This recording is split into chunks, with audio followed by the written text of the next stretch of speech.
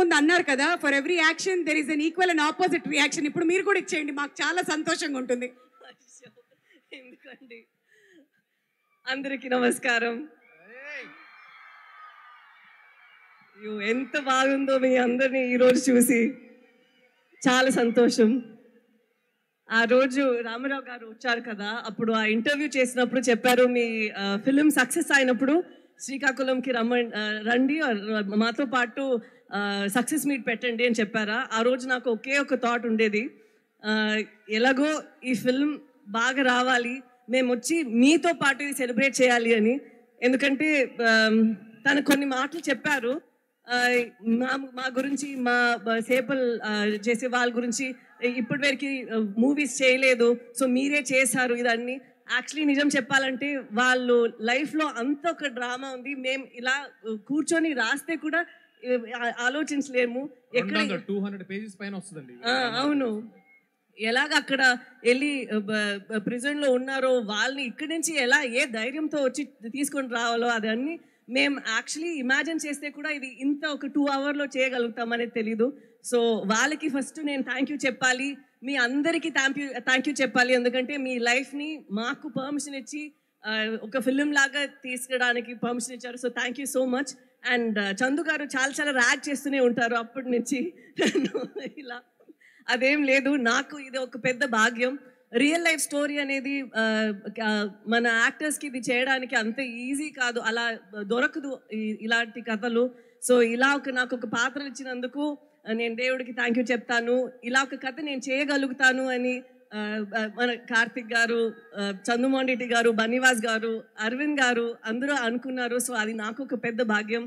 And ఈ journey మొత్తం అంత నాకు మంచిగా అనిపించింది. రిలీజ్ తర్వాత కూడా అందరికి ఇది నచ్చాలి, ఎందుకంటే జనాలు మూవీస్ చూసినప్పుడు వాళ్ళు చాలా కష్టపడి ఇచ్చిన డబ్బులు వాళ్ళు లైఫ్ నుంచి ఒక 2 అవర్స్ ఇస్తున్నారు మా కోసం. ఎప్పుడు మేము ప్రే చేస్తుంటాము వాళ్ళకి ఇది ఒక మంచి అట్లీస్ట్ ఎంటర్టైన్మెంట్గా ఉండాలి అని. మాకు చాలా సంతోషం ఇది మీకు నచ్చింది అని.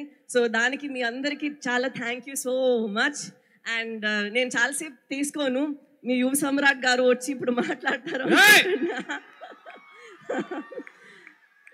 నాకు తన కో యాక్టర్గా చాలా హ్యాపీగా అనిపించింది, ఎందుకంటే తను చాలా హార్డ్ వర్క్ చేశారు. ఈ లుక్ మాత్రం కాదు, రిలీజ్ తర్వాత కూడా చాలా రిలీజ్ ముందు పోస్ట్ ప్రొడక్షన్ టైంలో అంత ఒక లోపల ఒక ఫైర్ ఉండేది, ఎలాగైనా ఇది హిట్ అవ్వాలి.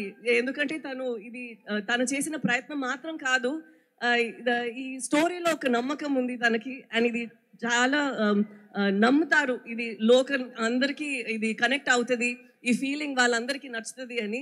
సో తన నమ్మకం, డైరెక్టర్ గారి నమ్మకం, అండ్ మా అరవింద్ గారు ఎక్కడ వెళ్తే మాకన్నా ముందు ఉండి నేను ప్రమోట్ చేస్తానని ఉన్నారు.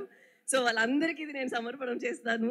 అండ్ నాకు ఈ శ్రీకాకుళం స్లాంగ్ వచ్చిందంటే దానికి యోగి ఇక్కడి నుంచి వచ్చి నాకు చాలా ట్రైనింగ్ ఇచ్చారు డబ్బింగ్ టైంలో. సో యోగి కూడా థ్యాంక్ యూ చెప్పాలి.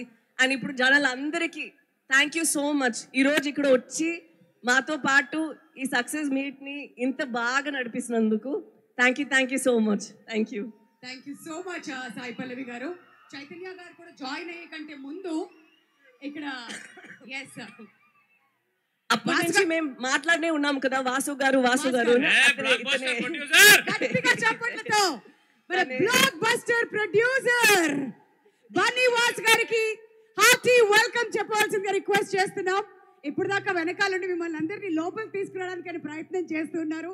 బట్ సినిమా ఇంత పెద్ద బ్లాక్ బస్టర్ హిట్ అయిన తర్వాత మీరు మాట్లాడితే శ్రీకాకుళం వారందరూ కూడా వెయిట్ చేస్తున్నారు సార్. ఇప్పుడు వరకు అక్కడ జనాల్ని లోపలికి తీసుకొస్తాను అని చెప్పి పోలీసు వాళ్ళతో కోఆర్డినేట్ చేసుకుంటూ